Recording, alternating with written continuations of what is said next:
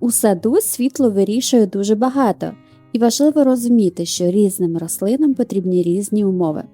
Є ті, що люблять відкрите сонце.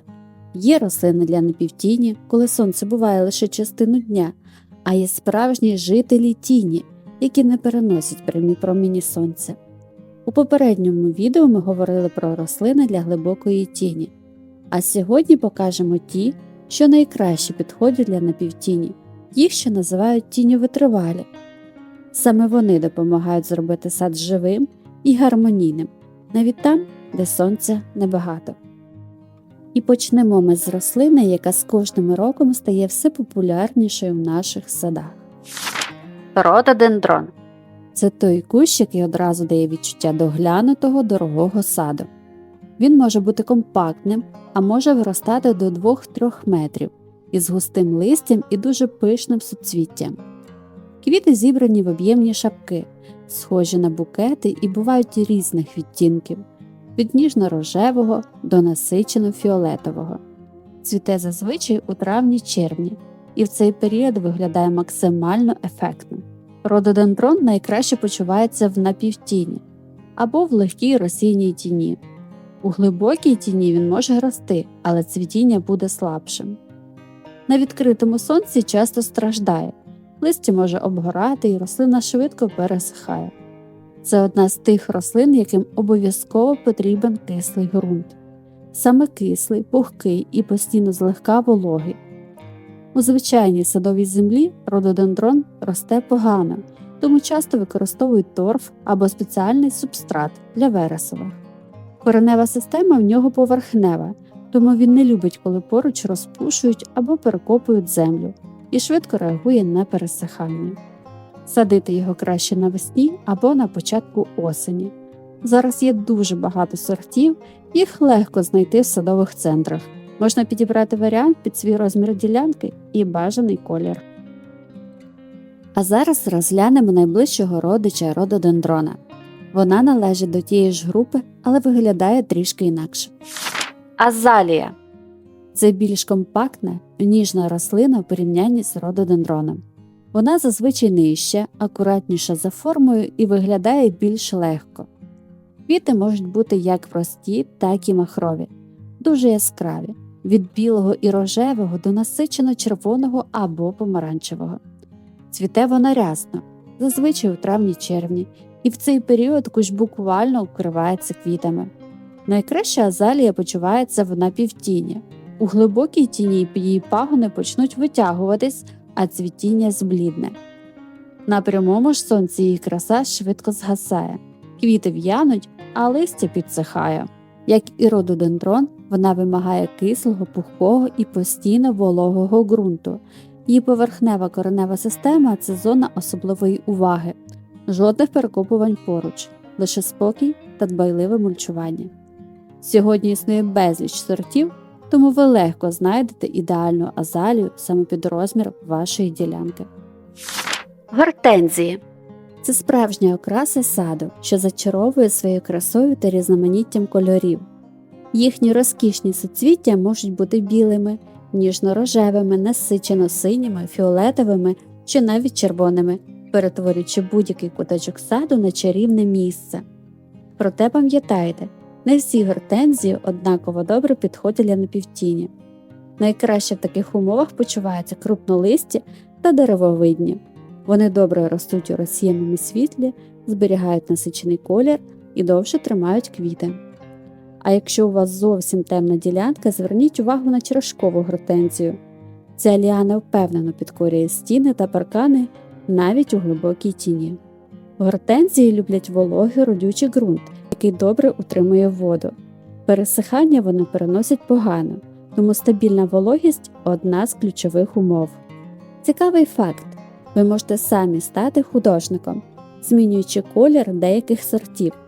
Додайте в ґрунт спеціальні підкислювачі, і рожеві квіти можуть стати небесно-блакитними. Астильба. Це рослина, яка додає саду легкості і руху. Її пухнасті суцвіття нагадують м'які хмарки, що ніби піднімаються над листям. Вони можуть бути білими, рожевими, червоними або ліловими і цвітуть зазвичай у червні-липні. Це справжня рятівниця для складних ділянок, а стильба чудово почувається там, де іншим квітам занадто темно або некомфортно. Проте пам'ятайте, на відкритому сонці її краса швидко зникає, листя обгорає, а цвітіння стає значно коротшим. Головний секрет астильби – стабільна вологість. Вона обожнює родючий пухкий ґрунт і дуже чутливо реагує на пересихання. Навіть після цвітіння її суцвіття зберігають цікаву текстуру, а ажурне листя тримає форму до самих морозів. Найкраще вона виглядає у групових посадках, створюючи м'які природні переходи.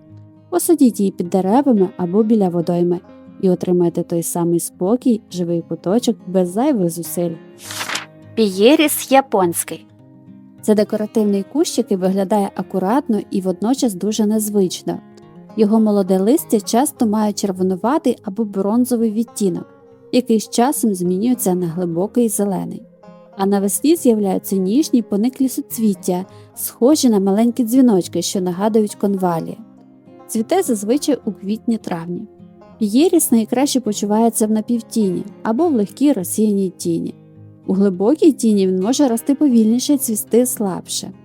На відкритому сонці молоде листя може підгорати, особливо навесні. Це ще одна рослина, яка потребує кислого ґрунту. Легкий, пухкий, добре дренований і з постійною вологістю. Саме такі умови для нього комфортні. У звичайному ґрунті без підкислення він розвивається гірше. Росте пієріс повільно, тому довго зберігає акуратну форму і не потребує частої обрізки. Його часто використовують у композиціях разом із рододендронами та азаліями. Вони добре поєднуються і за умовами, і за виглядом. Садити його краще навесні або на початку осені. Він додає саду цієї спокійної, трохи лісової естетики, особливо в затінених куточках. Гейхера. Цю рослину люблять не стільки за квіти, скільки за фантастичне забарвлення листя, яке не втрачає своєї декоративності з ранньої весни до глибокої осені. Сріблясті, карамельні, темно-пурпурові чи навіть лимонні, гейхери здатні розфарбувати навіть найтемніший куточок вашого саду. Ідеальне місце для них – напівтінь. Саме тут їхній колір стає максимально насиченим. На надто яскравому сонці ніжне листя може вигорати, а в повній тіні яскраві сорти часто стають просто зеленими. Гейхера формує акуратні, щільні розетки висотою приблизно 30-50 см, які добре тримають форму і підходять навіть для бордюрів. Ця рослина віддає перевагу легкому, добре дренованому ґрунту, без застою води. Вона досить невибаглива, але має один нюанс. Раз на 2-3 роки кущ варто омолоджувати або трохи заглиблювати, адже з часом він ніби піднімається над поверхнею ґрунту. Гейхера добре зимує і часто зберігає декоративне листя навіть у холодний період, тому навесні вже виглядає як готова прикраса саду. Поєднайте її з хостами чи папоротями і побачите, як змінюється весь настрій вашого тінистого квітника. Морозник. Це багаторічна ранньоквітуча рослина, яка часто залишається декоративною навіть узимку. Його квіти з'являються дуже рано, наприкінці зими або на початку весни, коли більшість рослин ще тільки прокидається. Відтінки можуть бути різні – від білого і кремового до рожевого, бордового чи навіть майже чорного. У природі морозник росте на узліссях, тому напівтінь під кронами дерев або великих кущів – це його ідеальний дім. Він обожнює спокій. Посадивши його один раз, ви можете не турбувати його роками, адже морозник дуже не любить, коли зачіпають його коріння. Для нього найкраще підходить родючий, досить важкий ґрунт із гарним містом вапна. І важливо пам'ятати, рослина отруйна, тому з нею варто поводитись обережно. Діцентра. Це рослина, яку легко впізнати за її незвичайними квітами у формі маленьких сердець. Вони ніби зависають на тонких дугоподібних стеблах, створюючи дуже ніжний і трохи романтичний вигляд. Найчастіше це рожеві квіти з білою краплею всередині, але бувають і білі сорти. Цвіте діцентра зазвичай у травні-червні. Вона ідеально підходить для напівзатінених ділянок. Саме в напівтіні її ажурне, майже папоротоподібне листя зберігає свіжість, а цвітіння триває значно довше.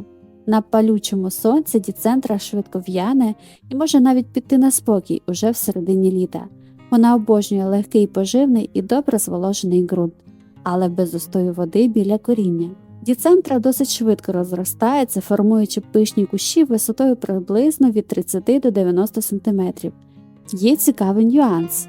Після завершення цвітіння деякі види можуть повністю втрачати листя, тому варто заздалегідь підібрати її сусідів, наприклад, хости або гейхер, які прикриють порожній простір. Хаконехлоя. Це декоративна злакова рослина, яку ще називають японською лісовою травою. Її довгі тонкі листки плавно спадають вниз, утворюючи акуратні каскади, ніби хвилі. Відтінки можуть бути зеленими, золотистими або зі світлими смужками, і на вітрі вона виглядає особливо живою. У серпні-вересні з'являються непомітні колоски. У природі вона росте на скелястих схилах гори Хаконе в Японії, тому ідеально почувається на півтіні. Вона любить родючий пухкий ґрунт із гарною вологістю. Пересихання переносить погано, тому важливо підтримувати стабільну вологість, але без застою води. Росте хаконехлоя повільно, формуючи щільні, акуратні куртини, які добре тримають форму і не виглядають хаотично. Цікаво, що восени її листя змінює колір на бронзовий або рожевий, додаючи саду нових фарб перед зимою. Анемона японська. Це справжня аристократка осіннього саду. Вона квітне саме тоді, коли більшість літніх квітів уже починають в'янути, наповнюючи затінені куточки неймовірною легкістю та ніжністю. Її високі стрункі стебла можуть сягати понад метр заввишки, а на їхніх верхівках розпускаються витончені квіти, схожі на білі або рожеві порцелянові блюдця з яскравою золотистою серединкою. У природі вона росте на узліссях, тому ідеальне місце для неї – затишна напівтінь. Саме в таких умовах анемона квітне найдовше – з серпня і до самих заморозків. Вона обожнює пухкий, родючий і помірно вологий ґрунт. Важливо знати, анемона не любить частих пересадок. Їй потрібен час, щоб освоїтись на новому місці, але коли вона приживеться, то створює розкішні квітучі масиви. Це ідеальна рослина для створення природних, злегка диких садових композицій. Посадіть анемону на задньому плані квітника, і вона стане вишуканим фінальним акордом садового сезону. Самшит. Це жива архітектура вашого саду. Протягом століть він залишається символом класичного стилю завдяки своєму дрібному, блискучому листю та здатності ідеально тримати форму. Це ідеальний матеріал для створення акуратних бордюрів, щільних живоплотів або вишуканих садових фігур. Самшит росте повільно, але саме ця особливість робить його таким цінним. Одного разу сформована стрижка зберігається дуже довго. Він – справжній універсал, однаково добре почувається і на сонці, і в глибокій тіні. До ґрунтів самшит невибагливий, проте найкраще розвивається на вапняних, добре дренованих ділянках. Він досить стійкий до посухи, але вдячно реагує на регулярний полив у спекотні дні. Проте сьогодні вирощування самшиту потребує особливої уваги. Його головний ворог – самшитова вогнівка. Щоб зберегти цю вічнозелену красу, важливо регулярно оглядати кущі та проводити профілактичні обробки. Скімія японська.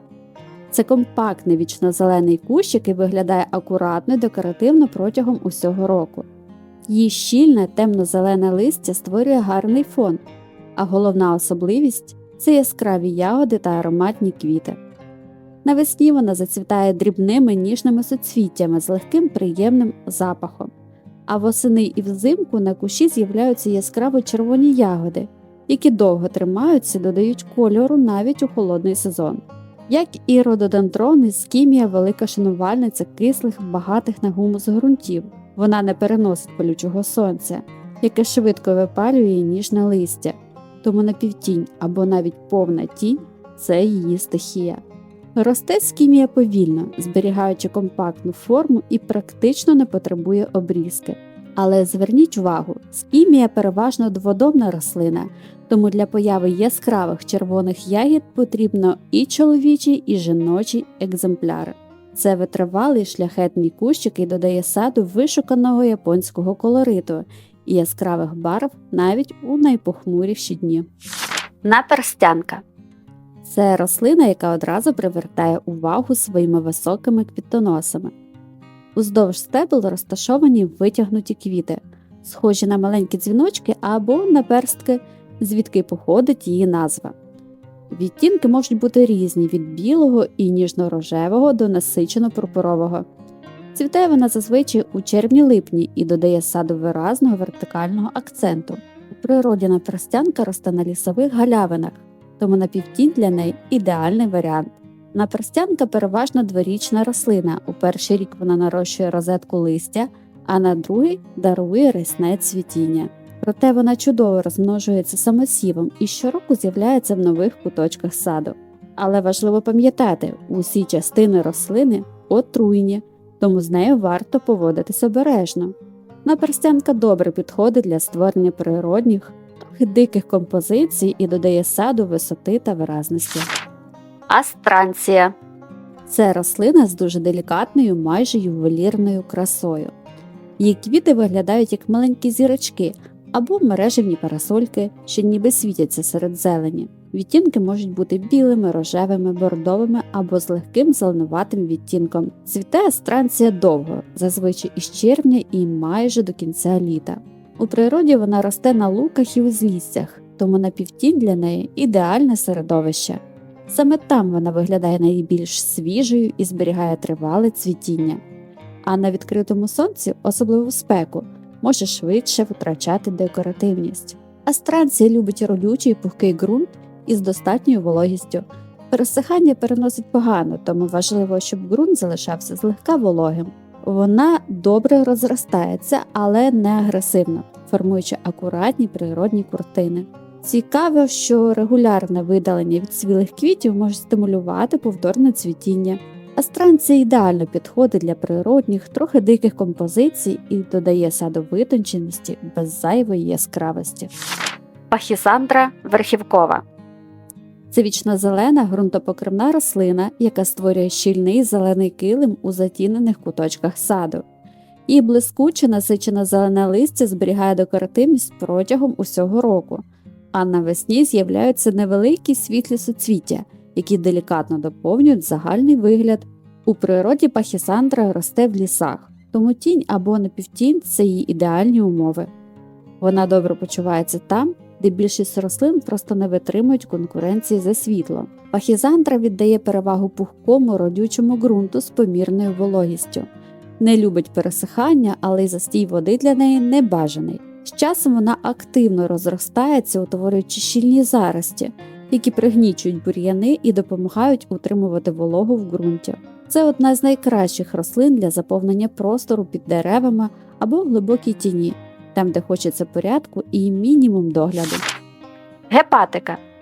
Ця тендітна красуня – один із найперших провісників тепла. Коли більшість саду ще вкрита бурим торішнім листям, гепатика розпускає свої чисті небесно-блакитні, рожеві або білі квіти, які ніби світяться на тлі землі. У природі вона мешкає в густих лісах, тому тінь і напівтінь для неї – рідна стихія. Гепатика ідеально підходить для простовбурних кіл дерев, де вона встигає відцвісти ще до того, як листя створить щільний купол. Вона обожнює пухкий, помірно вологий ґрунт, багатий на лісовий гумус і листовий опад. Ця рослина росте повільно, але з роками формує чарівні квітучі килими. Вона не потребує складного догляду, але щовесни дарує відчуття справжньої лісової казки просто у вашому саді. Незабудка. Це одна з тих рослин, які створюють у саду відчуття ніжності й легкості. Її дрібні блакитні квіти з яскравою жовтою серединкою ніби розсипані серед зелені, утворюючи м'який повітряний килим. Цвіте вона навесні, зазвичай у квітні і травні, і добре поєднується з іншими ранніми рослинами. Незабудка – справжня прихильниця вологих і затінених місць. У напівтіні під деревами або біля водойм вона почувається найкраще. Її цвітіння триває довше, а листя залишається соковитим і зеленим. Вона обожнює пухкий родючий ґрунт і дуже чутливо реагує на пересихання. За своєю природою це дворічна рослина. У перший рік вона формує охайну розетку листя, а наступної весни дарує справжній океан квітів.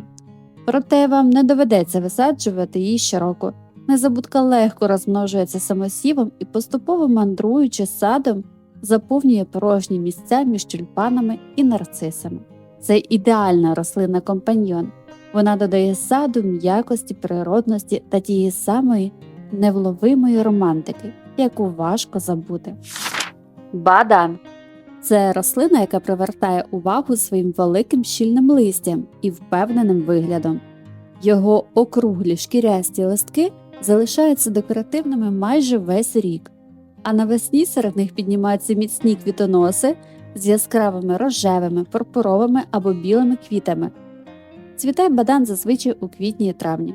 У природі він росте в гірських районах і лісах, тому добре почувається як у напівтіні, так і в тіні. Це одна з тих рослин, які витримують складні умови і при цьому не втрачають декоративності. Бадан невибагливий до ґрунтів, але найкраще розвивається на пухких, добре дренованих ділянках із помірною вологістю. Він досить стійкий до короткочасної посухи, але краще виглядає при регулярному поливі. Цікаво, що восени його листя може змінювати колір на червонуватий або бронзовий, додаючи саду нових відтінків. Бадан добре розростається, утворюючи щільні куртини, які допомагають закривати ґрунт і пригнічують бур'яни. Це ідеальна рослина як для створення бордюрів, оформлення кам'янистих гірок або підніжжя дерев, де він роками формує відчуття стабільності та спокою. Аквілегія. Це справжній ельфійський замок у вашому квітнику. Її квіти мають настільки складну і незвичну форму із шперцями, що здаються витвором тонкої графіки. У народі її називають водозбором, адже після дощу або ранкової роси в центрі її ажурного листя збираються великі прозорі краплі, що сяють, наче коштовні перлини. Аквілегія – ідеальний вибір для напівтінистих ділянок. Саме тут її квіти від пастельно-блакитних до насичено-бордових і двокольорних зберігають свою яскравість найдовше. У глибокій тіні вона може цвісти слабше, а на палючому сонці її витончене листя швидше втрачає декоративність. Вона обожнює легкий, вологий і поживний ґрунт. Аквілегія – справжня мандрівниця, вона легко розмножується самосівом і щороку з'являється в нових місцях, часто створюючи унікальні відтінки і поєднання кольорів. Це королева природного саду, яка не потребує складного догляду, але щоразу змушує зупинитися і роздивитися неймовірну архітектуру її квітів. Завершує наш список тіновитривалих рослин неймовірна тіарела, або як її часто називають серцелистка.